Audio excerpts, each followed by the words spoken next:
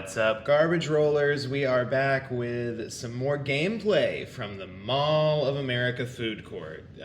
Obviously, the premier venue for Star Wars Unlimited in the entire world. This is where the magic happens. Is the Mall of America food court. We have some special guests today. This is you don't have a garbage roller on your left, and you don't have one on your right. On your right, playing Sabine Green, is good old Jack from Golden Dice, and on your left, you have the man himself. It's Osmondius Card, or however you say that. It's Jake. He manages SWUHolocron and keeps us all up to date on everything that is going on. And so these are some of our favorite friends from the community. And while we were all hanging out, getting ready for the welcome dinner, we decided to throw them in front of the camera and feature a little bit of guest play on the Garbage Rollers channel. So you've got Sabine Green on the right being played by Jack, and on the left, Brave Jake has brought his Hera deck. I am historically very down on Hera. I have been since the beginning. I love Rebels. I think Hera is so cool. I just don't have a lot of optimism for her competitively.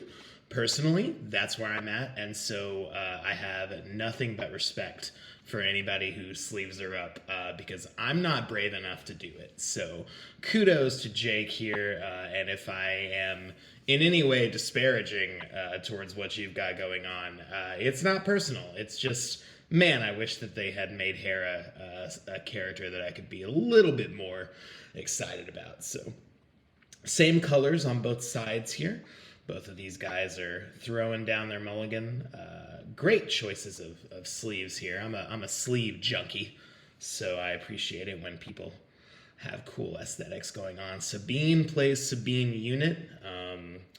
I have waxed poetic about Sabine Unit a bunch of times. I think it's just one of the best turn one plays in the entire game. Jake responds on the left with another one of the best turn one plays in the game. Good old A-Wing, and that leaves Jack to go ahead and claim the initiative on the right there. So we'll see who keeps the pressure on as we head into this next turn. Jack changing his mind a little bit about what he wants to resource. He put a fleet lieutenant back in his hand, it looked like, and he's going to go ahead and cash in for 5 damage on the base right now. Fleet lieutenant gives rebels a +2 on attack and lets you attack immediately upon it being played, and then of course Sabine can deal 1 damage to her target or the base when she swings in, so that adds up to a nice clean 5, and the base race damage has started here. So we got a little bit of time because we know that A-Wing is going to want to swing in, and so because of that, Sabine is able to do those taps and put 1 damage on each base, and then A-Wing comes in for 3 damage, keeping things almost even here, and the initiative is claimed once again by Jack over on the Sabine side. So it's going to be interesting to see how this shakes out. It's a lot of momentum here. One of the coolest things about Sabine is just how early the deploy goes off for her. And it's not that 5 health on the Sabine leader unit is a huge obstacle. A lot of decks can throw that out no problem. You've got takedown and things like surprise strike and stuff like that. But just the fact that she comes down so early is a huge deal. So Rebel Assault comes in.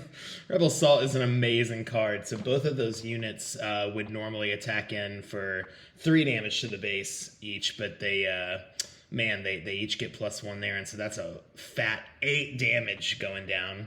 Partisan Insurgent, I call him Party Boy, comes down on the left, and that's going to trigger a base damage from Fighters for Freedom, which throws a damage on the enemy base for every red card that you play, and so pretty slick stuff there. We still got resources to work with on both sides. Another red unit comes down, meaning another damage on the base. This time it's an opposing Sabine.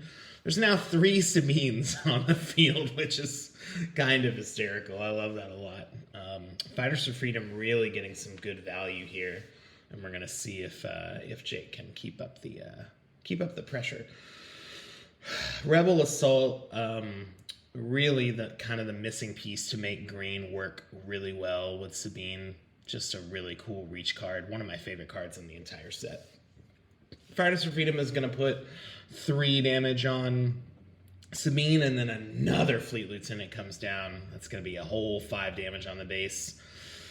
Without AoE in these colors, at this point we had not seen Bombing Run. We would have Bombing Run revealed about 24 hours after this was revealed. So a Bombing Run on ground would wipe out Jake's units as well here. So it'd be tough to recover. But yeah, with 2 Fleet Lieutenants giving you reach and the Rebel Assault letting you cash in, there's just so much tempo that's gone down so fast on the right with the Sabine deck, and so kind of hard to recover there without some Sentinels or something to slow things down. And then I feel like this is a matchup where, since you're both in the same colors, maybe the Hera deck needs to play something closer to control, kind of lean more into that mid-range flexibility option and take out their units a little bit more. But there hasn't been a lot of trading going on here. It's just things have been going too fast. And then, when Jake started out by playing a unit in the space lane and didn't have a lot of ways to contest the ground, the snowball just gets out of hand pretty quickly. So Jake looking for some kind of out here. It's probably not going to happen. He needs to kill all 3 of these units at once, and it's going to be too tough to do. So we get a little more damage either on a unit or a base. I think we're going to kill Sabine there, and then one of the Fleet Lieutenants will finish the game off. So very well played by both sides, but just a huge ground snowball. Fleet Lieutenant, I think, is quietly one of the best cards in the set as far as what it does in context. The decks that Fleet Lieutenant fits in, it just almost always feels really, really good to play. I'm also wild about it. I don't think, to my memory, that Sabine even ended up using Energy Conversion Lab. She was just super on the hit face plan, and so ECL didn't get used. But I love Fleet Lieutenant with ECL, especially if there's an opposing 2-3. You can cash in on the unit that you played in the first round and then get a nice clean trade, and you only have a 1 health Fleet Lieutenant left because he'll get damaged on the way in, but you've got 2 bodies on the board. Your opponent has nothing, and they have to do something about the momentum that you're building up. And so I think Fleet Lieutenant is a great ECL target, great reach card, just absolutely stellar in these Rebel decks. So, all right, we're going to head into the second of our 2 out of 3 here. And it looks like we're going to throw down some higher cost cards on the Hera side. He'll try to prioritize this early game and see if he can stop the bleeding.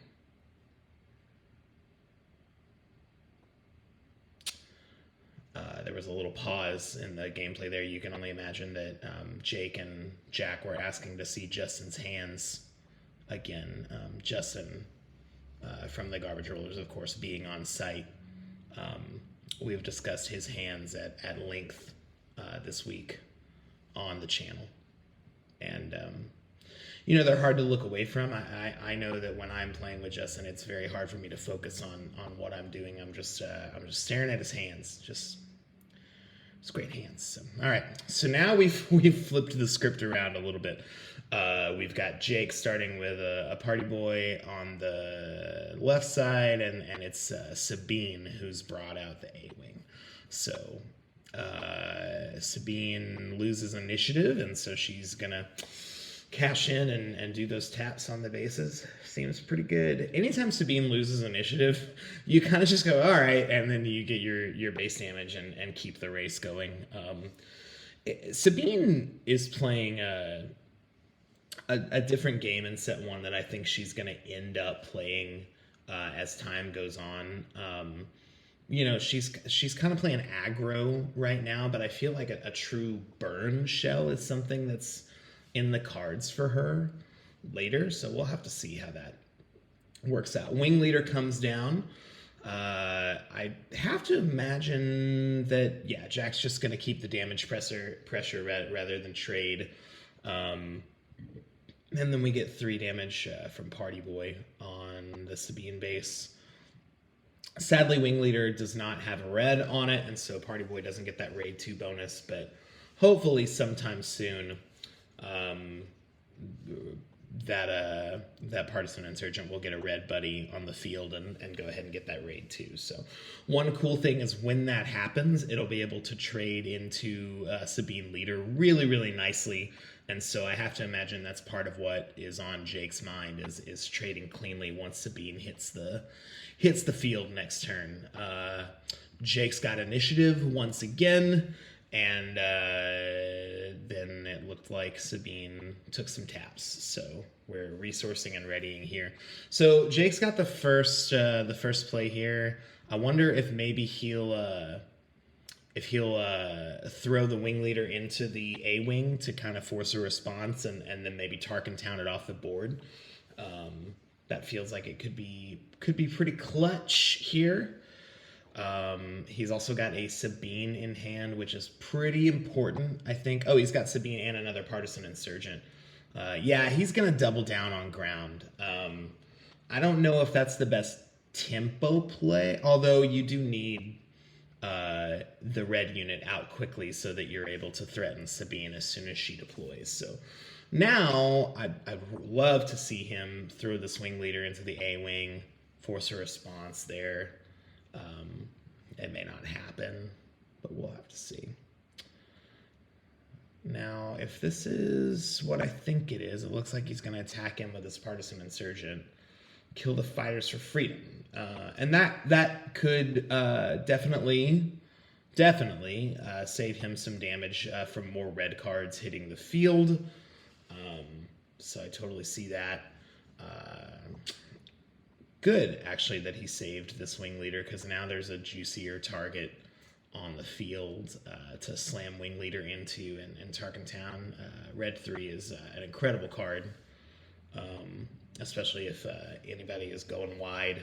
So let's see what he does here. Yeah, he's going to try to take the tempo. I think since you couldn't do that in one action, you probably go ahead and hit the red 3 instead. Because at this point, if you had the damage on red 3, you could Tarkin Town it, and that's going to save you a damage on Sabine when she hits the board, because now she's going to hit the base for 4, and yeah, it's going to be tough. So taps for Sabine. Looks like Jake claimed initiative on the left here, and so now she'll come out, and because red 3 is still up. Oh no, I think he's considering what to do with Tarkin Town. Yeah, he's going to go ahead and take off that 8th. Yeah. So, again, I probably would have taken off the red 3 there since it has that aura effect. It's a higher value unit coming in at 3 resources to the A-Wings too. But, you know, forcing a response and getting that A-Wing used is important too. There's just a lot of pressure in both lanes right now. So that can always be tough to know what to prioritize. So... all right, it looks like everything has proceeded according to plan here. So everybody's getting ready for the next round, which is going to be really critical. If there's some gains to be made where he can recover some field position, this could definitely be a turning point for sure here. That red 3 is looking pretty secure over in the space lane. It is worth noting, and this is... probably on Jake's mind, he's got an open fire in hand, and so it's entirely possible that that's what he's got in mind for red 3 to go ahead and take care of that. And we'll see what happens here. So Jake's got the initiative. He could go ahead and take care of the Sabine leader unit right now, which would be timely.